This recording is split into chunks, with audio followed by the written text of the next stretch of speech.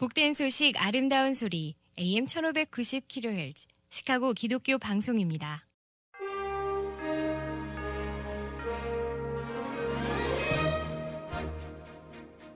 청취자 여러분 안녕하십니까? 10월 7일 금요일 KCBS 헤드라인 뉴스입니다.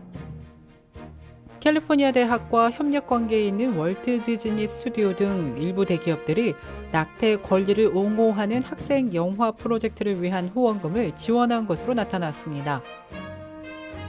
한반도 복음 통일을 위해 기도하는 글로벌 복음 통일 연합 기도회가 지난달 28일 오전 온라인 줌으로 진행되었습니다. 청소년 추방유예 다카 프로그램의 위헌 여부에 대한 연방 항소법원의 판결이 내려졌습니다. 항소심을 담당해온 제5순회 항소법원은 다카 위헌 여부를 텍사스주 판사가 있는 하급법원으로 돌려보내도록 판결했습니다. 바이든 정부가 지난 6일 이란의 20대 여성 의문사와 연계돼 확산하는 이란 내 시위와 관련해 내무장관 등 이란 관료 7명을 추가로 제재했습니다. 오바마 전 대통령의 부인 미셸 오바마가 책을 내고 북투어에 나설 전망입니다. 미국인의 4분의 3은 러시아의 핵 위협에도 미국이 우크라이나를 계속 지원해야 한다고 여긴다는 설문조사 결과가 나왔습니다. 맨하튼 타임스퀘어 등 뉴욕의 주요 공공장소에서 총기 소지를 금지하는 주 정부의 계획이 수포로 돌아갔습니다. 이상 이 시각 KCBS 헤드라인 뉴스입니다. 이 프로그램은 나눔의 기쁨을 함께하는 기독의료상조회가 함께합니다. 첫 소식입니다. 캘리포니아 대학과 협력 관계에 있는 월트 디즈니 스튜디오 등 일부 대기업들이 낙태 권리를 옹호하는 학생 영화 프로젝트를 위한 후원금을 지원했습니다. 크리스천 포스트에 따르면 지난 8월 17일 서던 캘리포니아 대학교 산하 아넨버그 스쿨 커뮤니케이션 및 저널리즘 학부는 트윗을 통해 생식 권리 촉진 프로그램의 시작을 알렸습니다.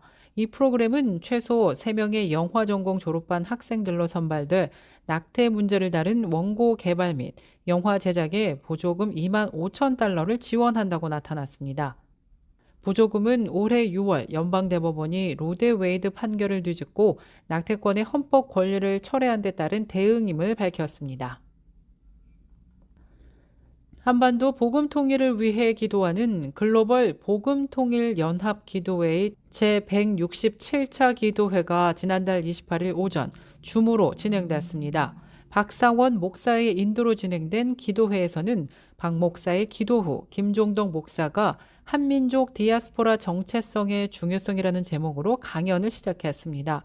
디아스포라의 역사와 사명이 필요한 이유는 오늘 내가 어떤 정체성을 가져야 하는 것과 연결이 되기 때문에 이는 한 민족의 역사 디아스포라가 중요하며 이에 대한 사명이 중요하기 때문이라며 사명은 하나님으로부터 온 것이며 한 민족 디아스포라를 만드셨다고 말했습니다. 청소년 추방유예 다카 프로그램의 위헌 여부에 대한 연방 항소법원의 판결이 내려졌습니다. 항소심을 담당해온 항소법원은 다카 위헌 여부를 텍사스주 앤드류 하넨 판사가 있는 하급법원으로 돌려보냈습니다.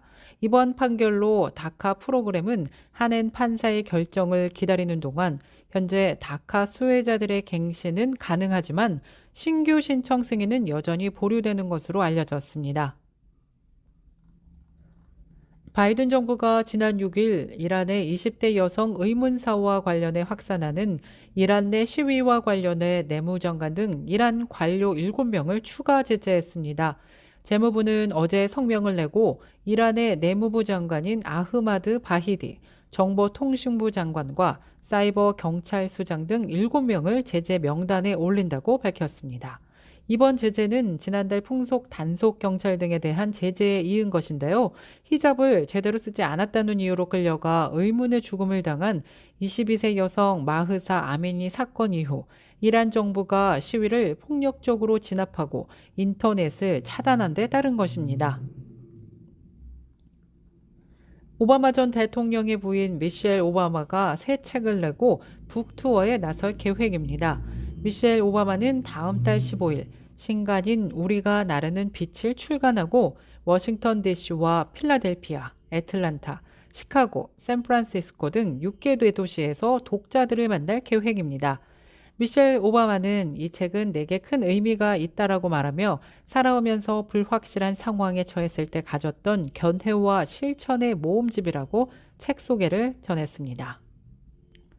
맨하튼 타임스퀘어 등 뉴욕의 주요 공공장소에서 총기 소지를 금지하는 주 정부의 계획이 수포로 돌아갔습니다.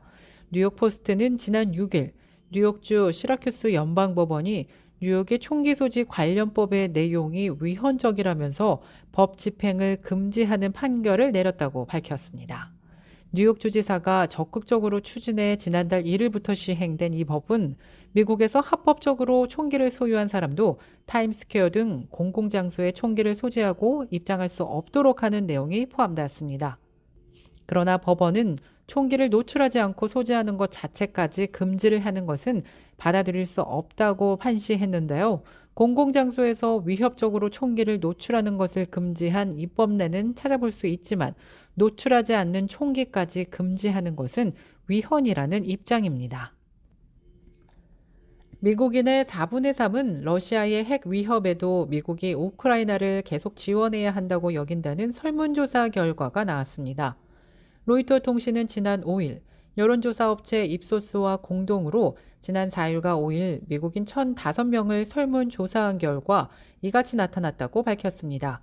이에 따르면 러시아가 영토 수호를 명분으로 핵무기 사용 가능성을 언급하는 상황에서도 미국이 계속 우크라이나를 지원해야 한다는 응답이 73%에 달했다고 전했습니다. 이 같은 응답은 정당별로는 민주당 지지층에서는 81%, 공화당 지지층에서는 66%로 각각 나타나 온도차를 보였습니다.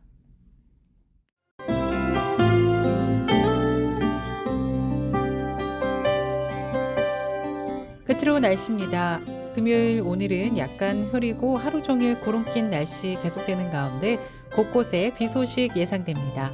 낮 최고 기온 54도, 밤 최저 기온 39도 예상됩니다. 토요일인 내일은 대체로 맑고 선선한 날씨 이어지겠습니다. 낮 최고 기온 58도, 밤 최저 기온 43도 예상됩니다.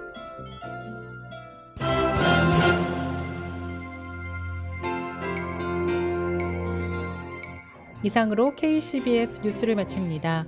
지금까지 KCBS 뉴스 유정임이었습니다.